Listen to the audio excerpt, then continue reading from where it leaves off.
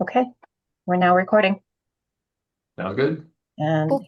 our attending participants should be allowed into the room. Okay. We are good to go. So I want to welcome everybody to our latest virtual lunch and learn. Good afternoon to you all. I'm Vanessa Baca, manager of the Office of Neighborhood Coordination. Also, happy Bastille Day for anyone with French family or ancestry. I'm one of those. Today's presentation will cover parliamentarian procedures for neighborhood meetings. I ask all of our attendees to type any questions that they have into the chat, and those questions will be answered at the end of the session. Just a reminder that the session is being recorded, will be uploaded to the ONC's YouTube channel, and will be sent out in next week's e-news. Now, with no further ado, I'd like to introduce our two presenters, and then I will turn the session over to them. Victor Hall, Esquire, is Associate Counsel for the Albuquerque City Council. In this role, Mr. Hall drafts legislation and amendments, provides analyses and advice for councilors on a variety of legal questions, and supports General Counsel Ms. Coulloudon, who I will introduce next. Prior to this position, Mr. Hall worked in a variety of prosecutorial and litigative roles, including as an assistant district attorney, assistant attorney general, and as a private practice associate.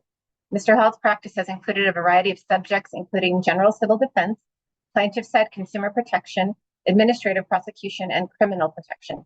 In his spare time, Mr. Hall enjoys spending time with his wife, walking his dogs Randolph and Ruthie, and reading sci-fi fantasy novels. Me too. Julia Coulloudon, Esquire, is the Deputy Director and General Counsel for the Albuquerque City Council. As General Counsel, Julia represents and advises the Albuquerque City Council, its 9 elected city councilors, and its staff. She also oversees the legal planning, ONC, and policy teams within the Council Services Department.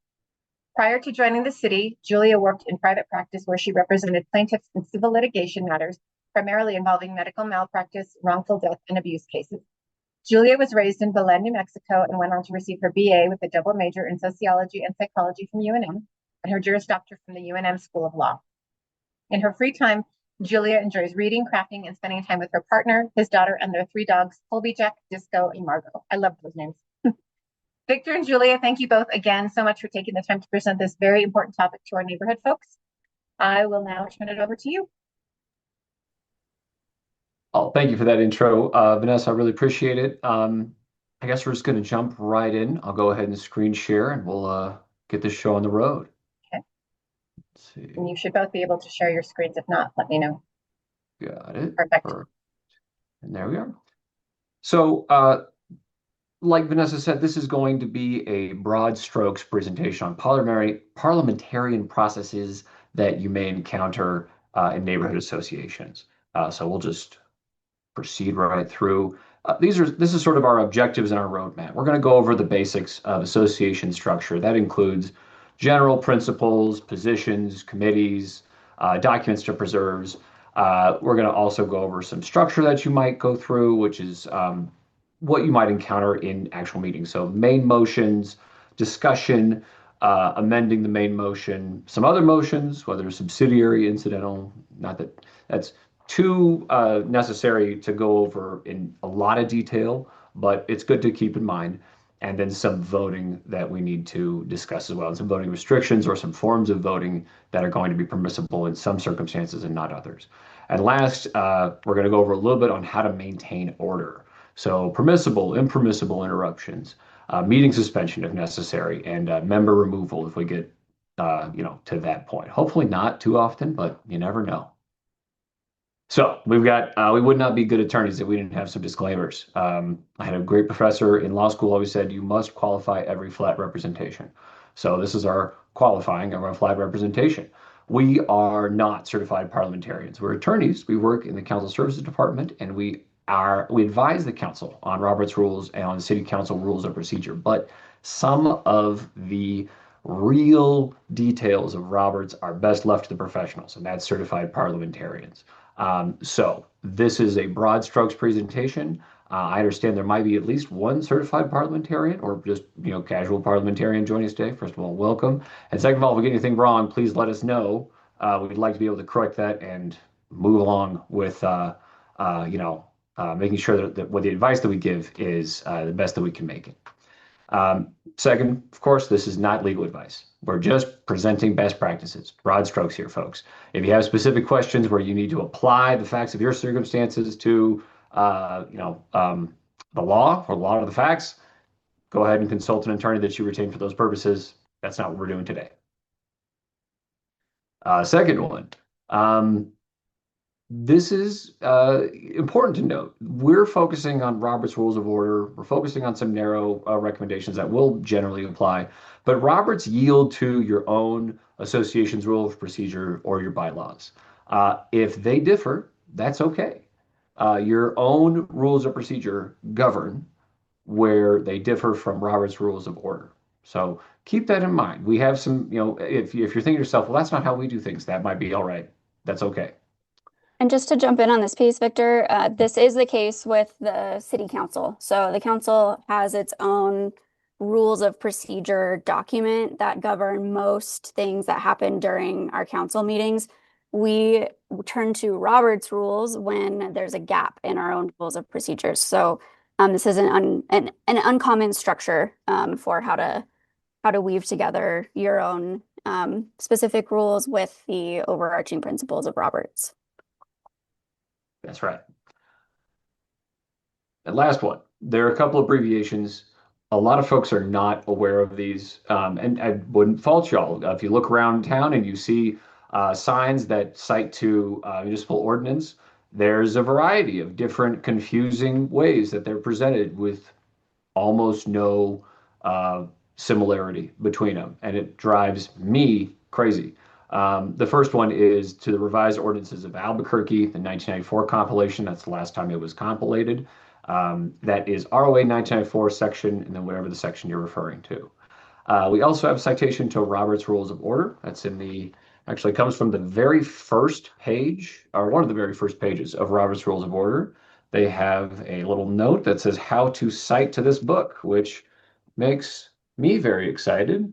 As an attorney, I'd love to know how to cite to stuff. And I wanted just to ask really quick. So during this presentation, when you use ROA, you're referring to the narrow, correct? Yes, that's another one. Should have put that one up there. Narrow right. Is we'll have other citations, another abbreviation, neighborhood association ordinance.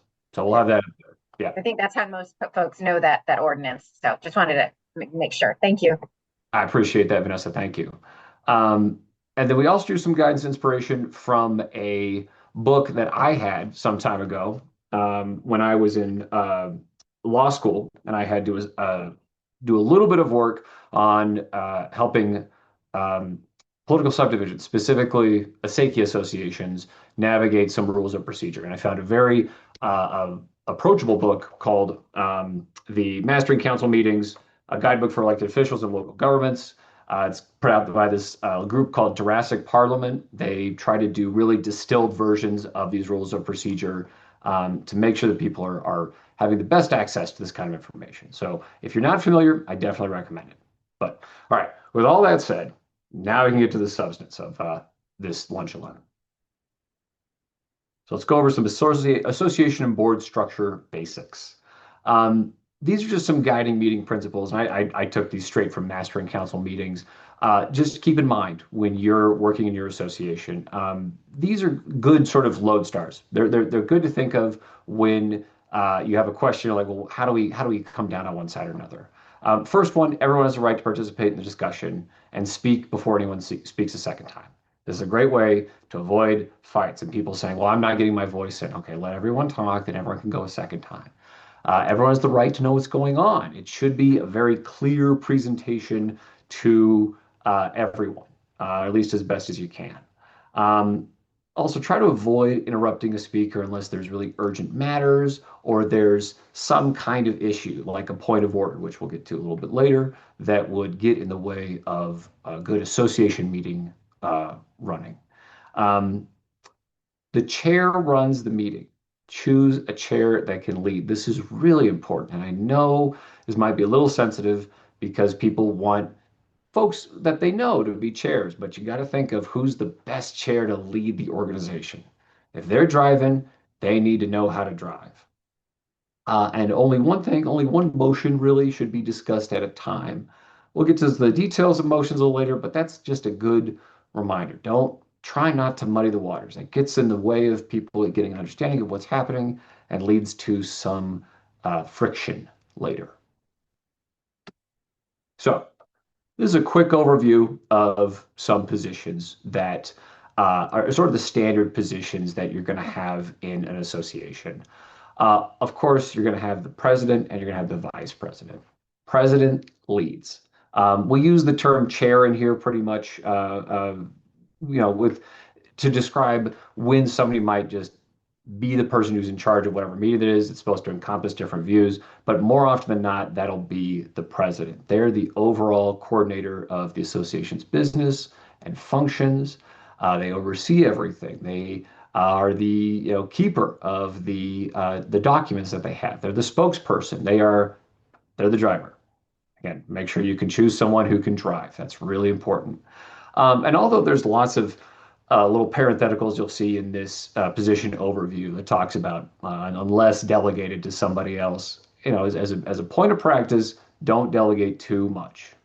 It's not great to have somebody who's leading by delegation. You need to have, delegate to the extent necessary to effectuate your organization's and your association's objectives, but don't do so too much that you begin to, peel away your own authority. It might be good to do so for some things, but just keep that in mind. Vice president is the support pillar to the president. They should be ready to jump in whenever the president is not there. So, vice president, sorry, you've got a lot on your plate to support pretty much everything the president will do if they're not there. And we'll also have some other duties associated with committees if those committees exist. 3 other big positions, mostly 2, but I threw in committee chairpersons in case there are committees that your association has. Secretary and treasurer, you really need to have these 2 positions. Secretary is minutes person, and you've got to have somebody who can keep the minutes.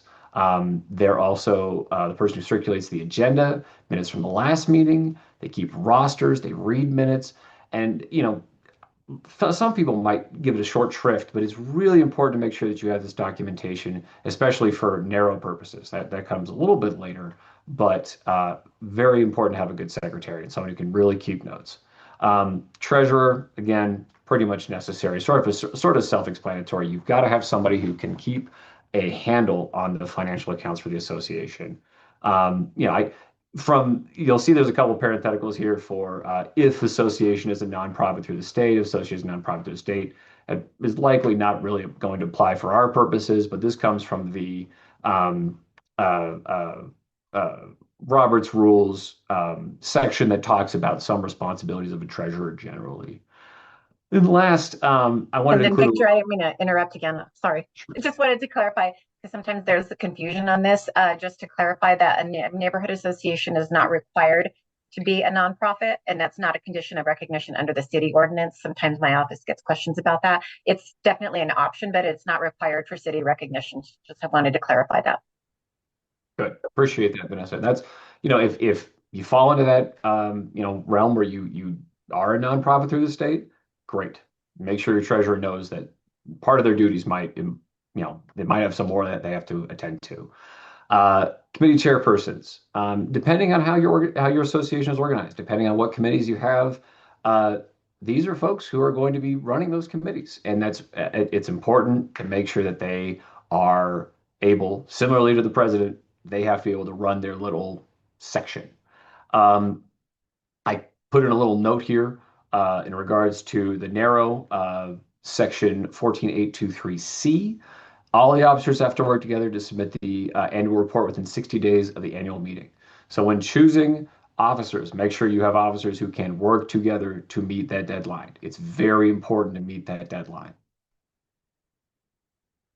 The next 2 slides are just lists of committees. I took these from mastering council meetings. I also took these from some of our committees that we have at City Council, some other committees that ONC has the Office of Neighborhood Coordination might have come into contact with in the past. These are just sort of these are more like ideas. If you don't have these committees in your neighborhood association, you're still, it doesn't mean you're any less of a neighborhood association. If you do, wonderful. These are just some ideas for how you can organize your association to effectuate your objectives. So, pretty common ones, block captains, crime watch committee, membership committee. If you have a newsletter committee, that's important. One that I think would be good to have if you have the capacity, certainly land use and zoning committee. It's probably one of the most important aspects of municipal government that folks are loath to engage with, and they should more often. You have a committee, you can focus on how zoning changes are going to impact your association, the boundaries of your association. So it might be good to have somebody, at least just one person, maybe two people, who just keep it in the back of their mind and are aware of the land use and zoning changes in the association's boundaries. On the next one, these are more sort of, I'll call them soft committees. They again, whatever your objectives are, whatever your interests are, folks might want to have, some associations might have a real, stance on making sure to protect the environment. They want to encourage, reduce, reuse, recycle efforts within the boundaries of the association. That's great. If you have traffic committee to study traffic that might impact your neighborhood association, the association's boundaries, that's an important aspect as well. We're getting more and more concerns about here at City Council about how traffic plans are being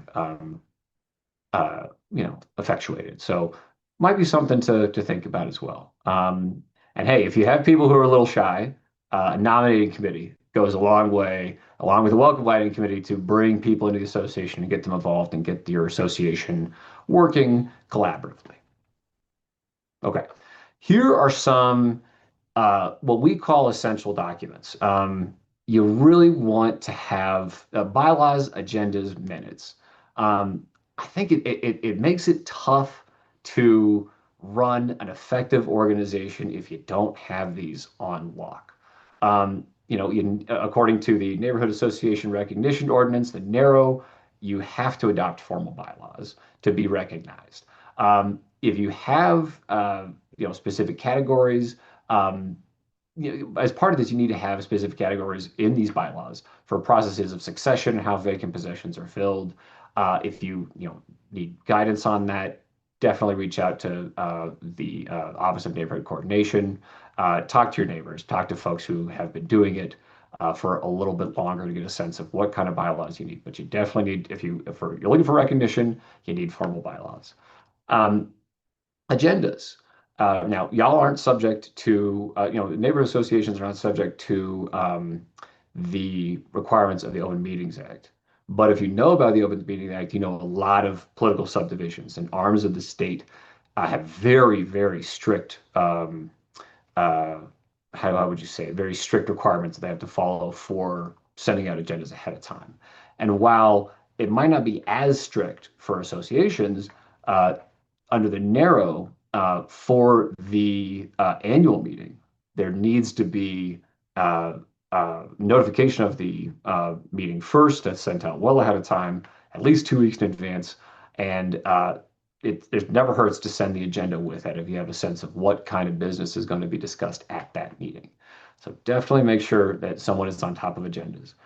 The minutes, secretary, looking at you. Secretary records the minutes. They keep the record of each meeting. That's very important to make sure that people feel like they are participating, like this organization has teeth, like it has, a real communal effort that is being expressed appropriately. So those are what we would call pretty much the big 3 essential documents here. Now that we've kind of covered basics of how to organize oneself, one association, I want to touch a little bit on some parliamentary structure. Again, broad strokes, folks. A lot of the detail, really getting into Robert's Rules of Order, is not necessary for an association. You can, if you want, great, kudos to you. But I think most associations are run with a little bit more laissez-faire kind of perspective. So let's jump right in. One of my favorite things about Mastering Council meetings, the book I keep harping on about, is that they describe emotion in really abstract terms.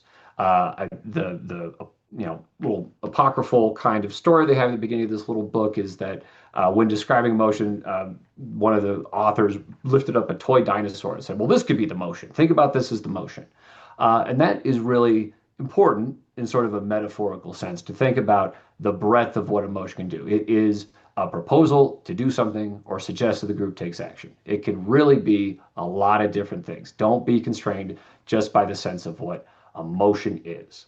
And what you'll encounter is the main motion. That's the vehicle for the business that you'll do as a body. It is, according to the Robert's Rules of Order, the following characteristics they're not, it doesn't have to be like this. You don't have to have these characteristics, but they are sort of best practices. If you have a main motion, it should be in writing, unless it's very short. It should be clear and unambiguous. It should be phrased in the grammatical positive. So the association shall do this, or must do this, or will do this. Must comply with the rules of procedure, whichever ones may apply, your rules or Robert's rules in case you need to gap fill, and are in order when no other business is pending. Again, I'm really emphasizing this. Process does not need to be so formal.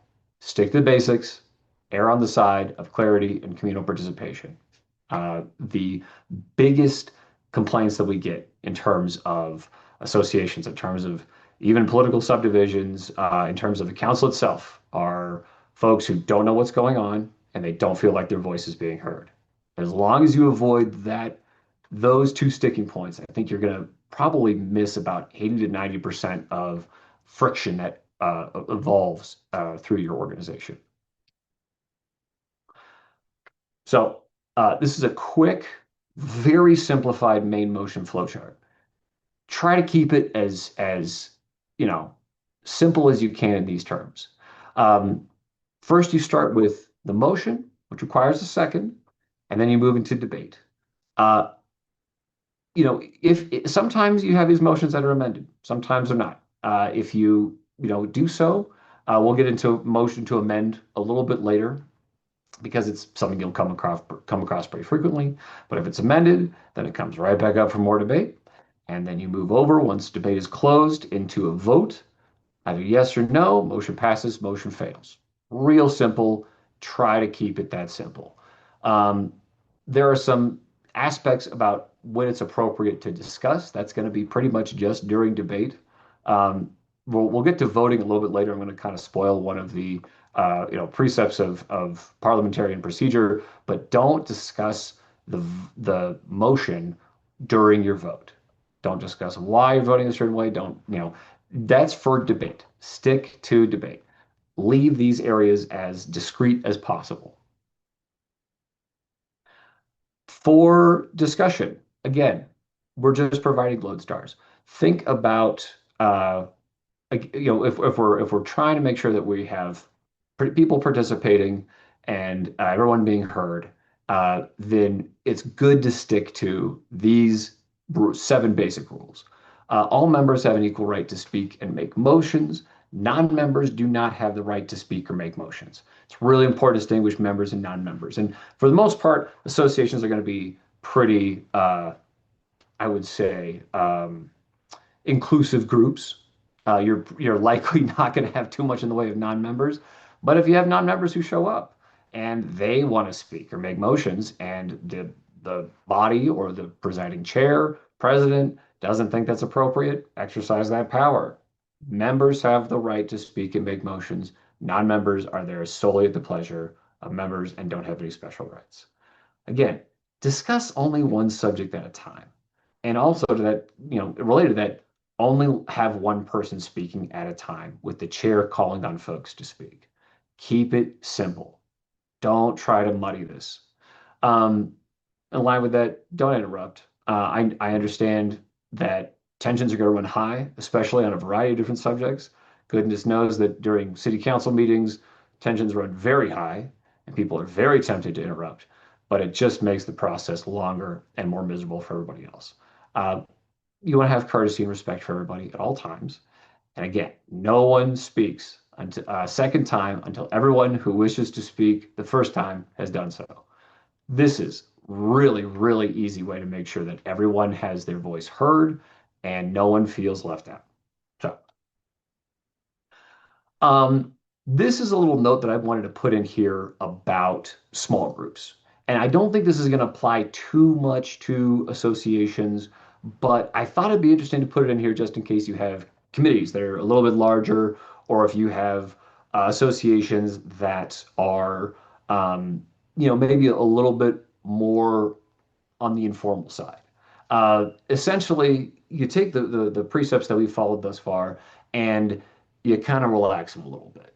And again, that's okay, provided everyone's following the rules everyone's agreed on. A small group, according to Robert's rules, is 12 folks or fewer, can be up to 20, which I mean, that's a pretty broad number of folks. The chair can't participate in debate. It's usually not done in larger groups, but associations usually have the chair participate in debate anyway. Informal discussion without a motion is allowed. Now, there are 3 points that I want to talk about where the Roberts has a position on it. Master and council meetings disagree. I say leave it up to your judgment. Master council meetings talks about how a second should be required, but Roberts says motions need not be seconded in small groups. I think use your judgment. Sometimes, you want to just have a free-flowing discussion. Sometimes you want to stick to the formality of it. Make sure that you're tailoring what kind of procedure you need for the type of group that you have and the size of the group that you have. Another one, members must address the chair. This is an ironclad rule for city council meetings. When somebody addresses the council, they address through the chair first. For small groups, again, more informality. Maybe that doesn't need to be done. Again, it's y'all's judgment call. Last, this one's really important. Roberts says for discussion in small groups, no more than 10 minutes, thereabouts. We recommend a much shorter time limit. City council often allows for quite a bit of latitude in discussion. And candidly, sometimes it goes a little longer than maybe it needed to. That's okay. It means we just stay late, very late, in fact. And nothing will get in the way of a good, productive discussion like delaying someone's dinner or someone's bedtime. So definitely think about when you have a smaller group, setting up a shorter time limit for debate ahead of time. So as I sort of led into a little bit here, if people have notice of what kind of rules they need to be aware of, what kind of decorum they should have, what kind of procedure is going to be followed, that might go a long way in helping people not act out, so to speak, or not stray too far. So for discussion, generally, I've dropped a citation to Roberts, section 43:19 to 28.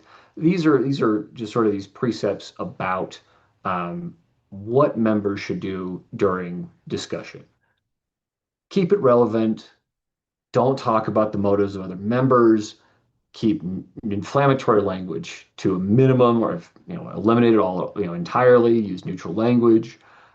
Don't speak against your own motion, and don't criticize and support the group. You can talk about how there might be some frustrations with how a group is voting in one way or another, but you have to support the group to be a member of the group. You have to support the association to be a member of the association. And another point, don't explain your vote while voting. That's for discussion. Keep those boxes clear.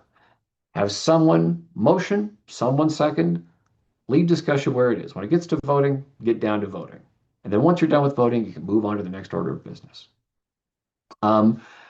If someone steps outside of these disciplinary actions, stay tuned. We're going to go over a little bit of what the group can do. I want to spend a little bit of time on a motion to amend because that will be a very popular motion, probably, with when you encounter main motions that need to be maybe adjusted a little bit. Really easily, I assume I'm sort of preaching to the choir here. Motion amend occurs when a member wishes to change the wording in a motion by adding words, striking words, both. If there's a lot of changes that need to be made, maybe think about a motion to substitute. But that's for, if there's quite a lot of changes that need to be made to a bill. They have to be germane to the main motion. Usually the chair will decide when there's questions of germaneness. Is that a word, Julia? I'm not sure. But when it's germane, the chair will decide. If the body disagrees, there's always a possibility for the body to override what the chair does. Similarly to main motions, or to a motion to amend has to be seconded. It can be debated. It can be amended. Yes, you can do an amend to an amendment, and it does take a majority vote to pass. So it has some similarities to just the main motion. Now, I would not recommend, as just someone who is, I would call myself a casual parliamentarian, to go too deep into the amendments of amendments of amendments kind of chain. You will start to get some either sort of glassy-eyed looks or folks getting really frustrated that we're not getting to the meat of the matter. All right, we're going to talk about one of my least favorite things on earth. This is a friendly amendment. A friendly amendment occurs when a member proposed an amendment to the motion, and I believe the maker of the motion would appreciate it, and the maker accepts the amendment without debate. Folks, please don't do this. This is wrong. If a motion has been made, seconded, and presented to the association for debate by the chair, it has to be handled as every other motion because it now belongs to the group as a whole, not just the person who made the motion. You can start a motion. You can say, I motion to do this. It's seconded. Great. That motion no longer belongs to you. You may be the originator, but you don't have possession over that motion. The motion is now the body's motion. Folks, please, please don't do this process. I get that it speeds things up. I understand that we get to step outside of some of the formality and just kind of move through it. It will absolutely alienate folks who are sticklers for procedure, me, and will definitely contribute to less of a communal feeling in your association. Please, please, please, please, please don't do that. Okay, I'm going to get off my soapbox now, but please don't do that. So if this looks sort of similar to the main motion flowchart, it's because it is. It's just a little bit of detail on the sort of that little section on amending it. Straight from the main motion, someone motions to amend. You go into debate on the amendment, which you could amend further, but again, maybe not go down too far on that road. I don't think most associations need to. And then, very similarly, you vote, and if everyone votes in favor, then the main motion is amended, which means that you'll be discussing when you go back to the main motion on that motion as amended. If not, the main motion is unchanged. You return to the main motion, and now you're on debate on the main motion. And that's it. Keep it simple. Don't get bogged down by formality. Just keep it simple. Now, these are a list of some subsidiary motions. They are motions that are going to relate generally to what the main motion. Let me say it differently. They're going to relate to the main motion. These are really useful to just keep in the back of your mind when there's something you want to do to the main motion. Think about it that way. If the main motion has a lot of detail that you think, well, I might need some more information on that, and you have a committee that can, discuss it, move to refer to committee. For example, if you had a traffic committee and you're just got notice that there's a bill in front of city council that would alter some of the traffic patterns in your neighborhood or in your association's boundaries, and you think, well, someone who knows more than us should take a look at it, maybe move to refer to committee. If you think, well, we should maybe take whatever motion is being presented and we should designate a definite time or date where you'll want to bring it back to discussion, but maybe it's not the right time right now, move to postpone. One of my favorites is move to limit debate. Again, we're talking about these. I think I brought this up in our little discussion about small groups. You want to make sure that there's a time limit on debate. It really will frustrate folks if they do not get a good sense of how quickly they need to get, through talking about something.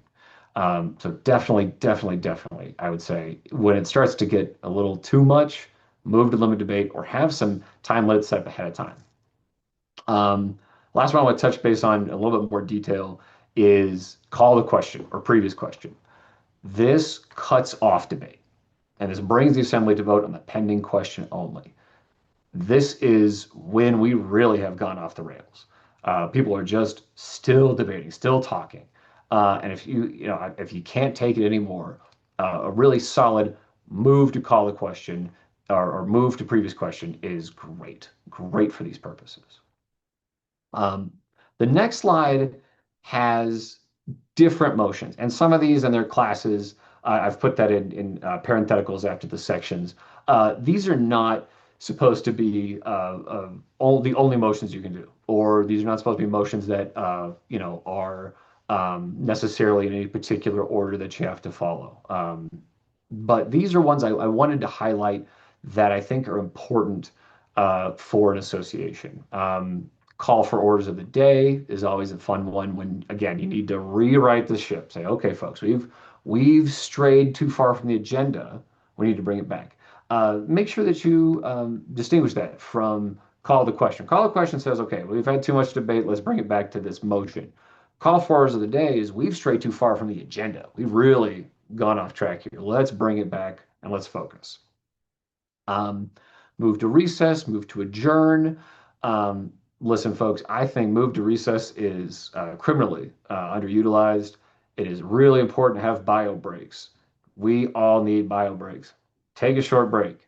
I promise it is much better than having someone sit there and stew in discomfort rather than just have a quick break, gather themselves, and come back to have some productive discussion. The real big one I want to focus on here, division of the House is always fun. Division of question is fun. Move to reconsider or rescind, both are very interesting. Point of information, point of parliamentary inquiry, point of order. There's different names for these. I've seen different names. Most, useful one, I think, is point of order. If someone's concerned about procedure that's taking place or wants clarification, move for point of order. Maybe something's gone wrong. Maybe we all need to check ourselves. This one is super useful to employ for those purposes. So make sure that you have this in your back pocket when procedurally something just isn't right. Okay, now we're jumping into voting. Who can vote, folks? It's only members. Non-members, they can watch and they can all go, ha, but members are the only ones who can vote. Some votes require simple majority, some require 2/3. If we're following Robert's rules, some of these, like, let's see, we have a little note here there it is, move to limit debates or move to call a question, previous question, that requires 2/3 vote. Keep that in mind for how far you need and how many people you need to make sure you have a successful vote. Again, before you get to the vote itself, make sure folks know the subject matter of the vote before voting. Again, you want to make sure you're clear, everyone feels like they can participate. There's a little bit of a technical thing here I want to touch base on very quickly. The traditional form of asking if everyone is ready to vote is, are you ready for the question? Which can be misconstrued to opening the door to more debate. it's okay to just say, is everyone ready to vote? That's fine too. Again, don't get mired down in formality, provided you're following your rules. These are different forms of voting.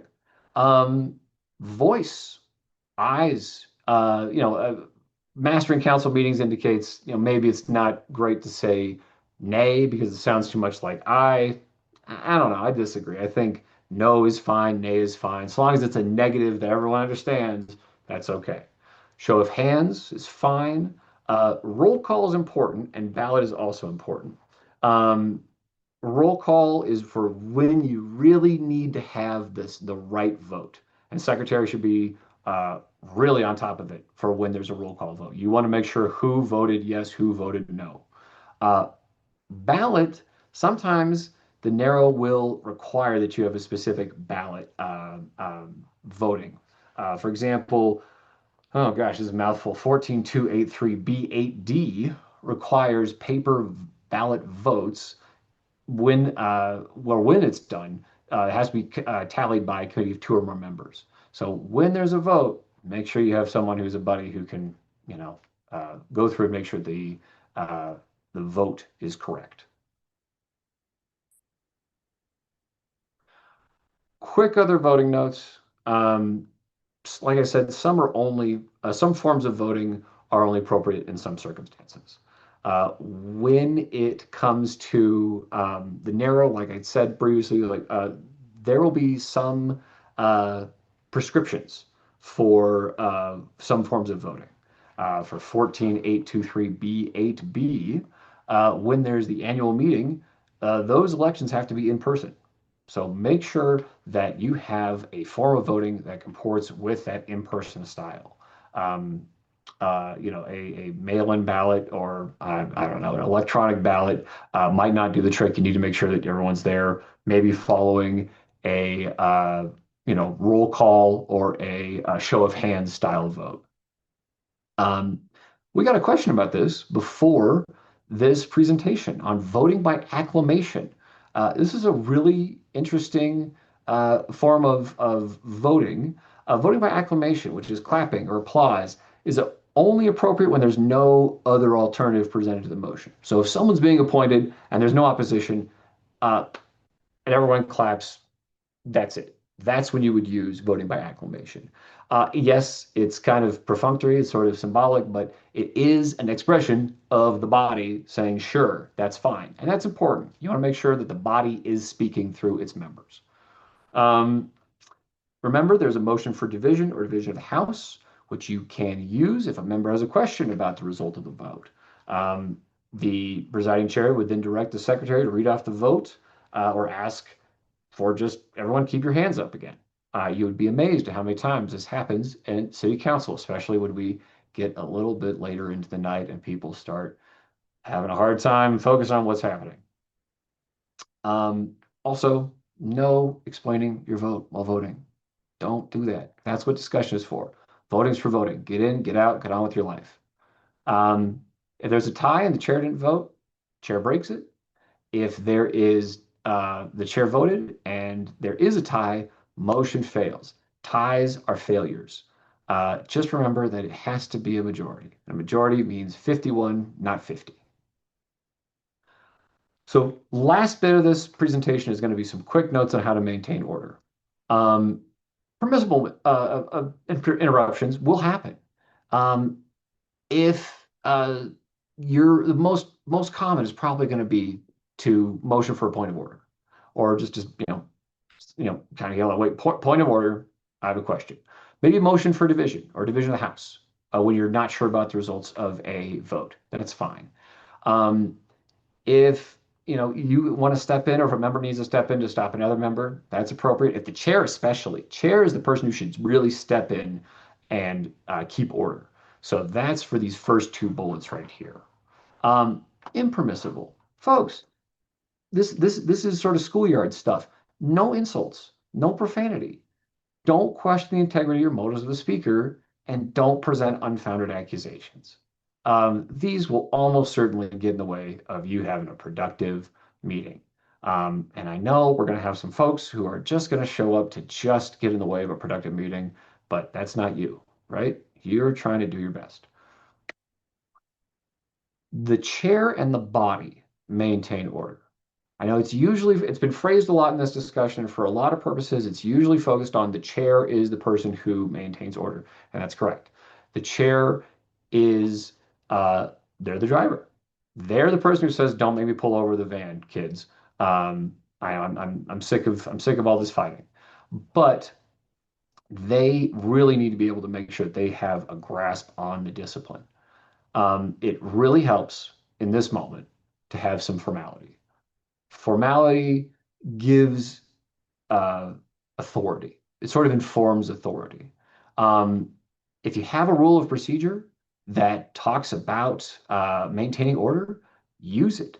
Also, use the third person when communicating the reprimand. The member is reminded.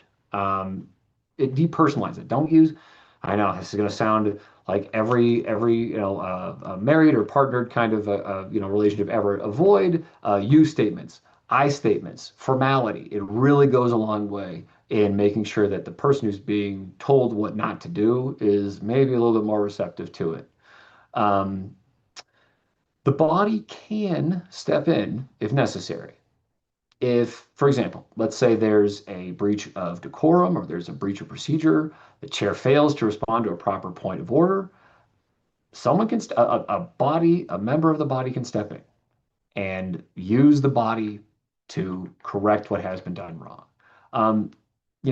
I'd say as a caution, use this method only if the chair has really failed in their duties. You want to avoid this issue just by having someone who's a chair who can keep order and knows the rules.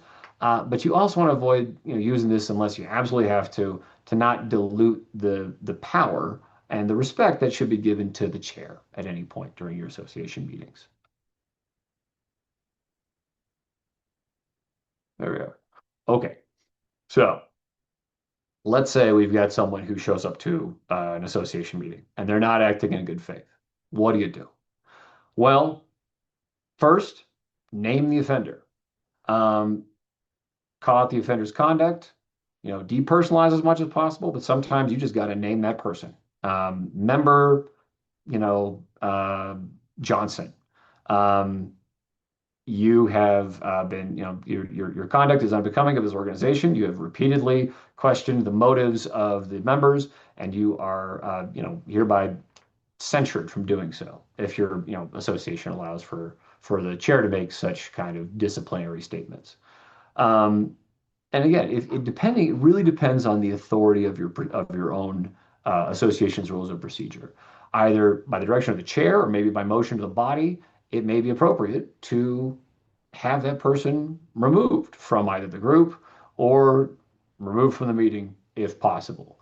If they refuse to leave, don't force them. Don't force them.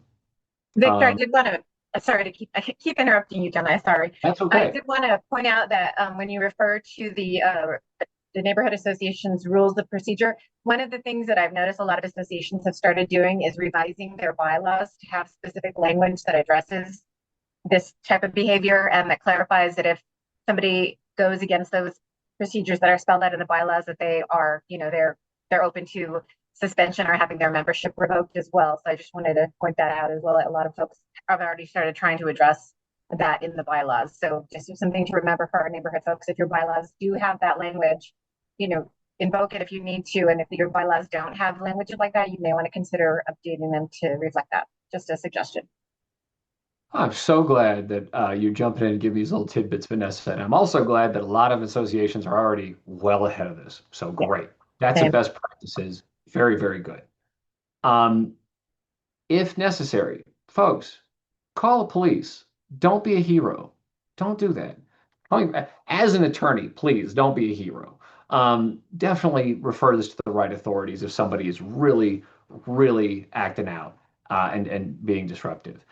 If possible, if necessary, adjourn, suspend the meeting. It's okay. Don't be afraid to do so if things have gotten out of hand.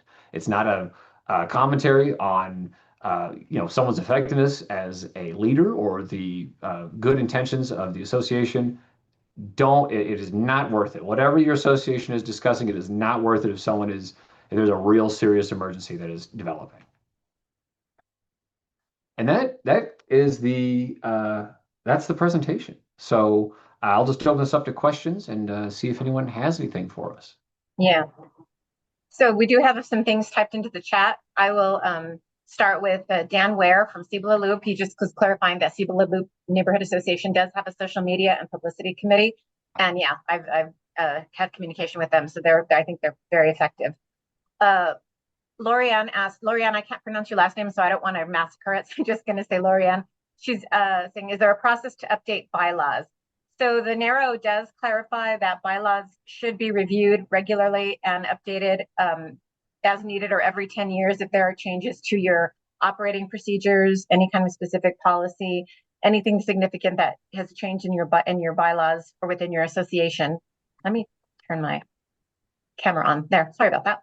But if you haven't had those significant operational or procedural changes within your bylaws, basically, if they haven't changed, you're not required to update them unless there are those changes. So I hope that helps clarify. And I do want to just make a recommendation to neighborhoods. If you are in the process of updating your bylaws, let us know. And that way we can review your draft updates before you submit them for final approval to your board, because we do need to make sure that they're in compliance with the narrow as well. So just another recommendation there. Liz Smith asked about, she said, what are the record retention requirements for meeting minutes? How far back and in what form, paper or electronic? So there's nothing in the narrow that is specific to retaining records. The only documentation that the ordinance requires that neighborhoods submit to us is your annual report within 60 days of your annual meeting, documentation that shows how you noticed your annual meeting, and bylaws. So that's really up to you. I recommend hanging on to your documentation for at least, I would say, we'll go by the same rules that the IRS says, 7 to 8 years. When in doubt, lean on the feds, right?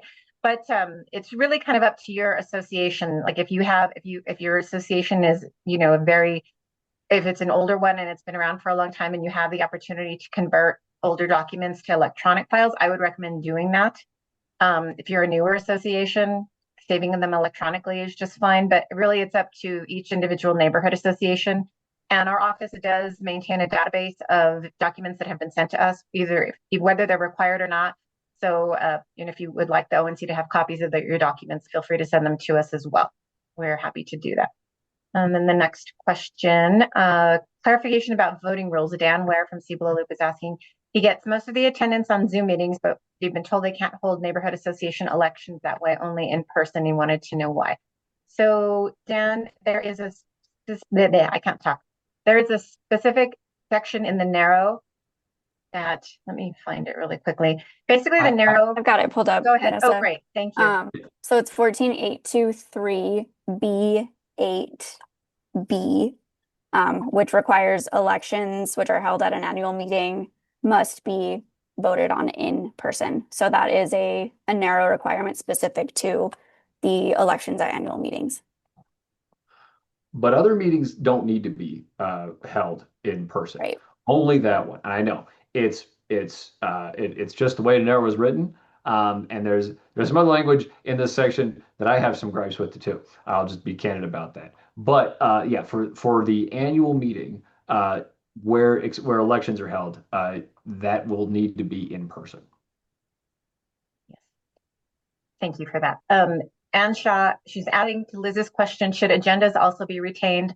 And then also just a tip, paper copies may be preferable. She was unable to open files that were created using software that was over 20 years old by the previous officer. And she also couldn't access the files on a CD because there is no CD drive on a laptop. Yes. Okay.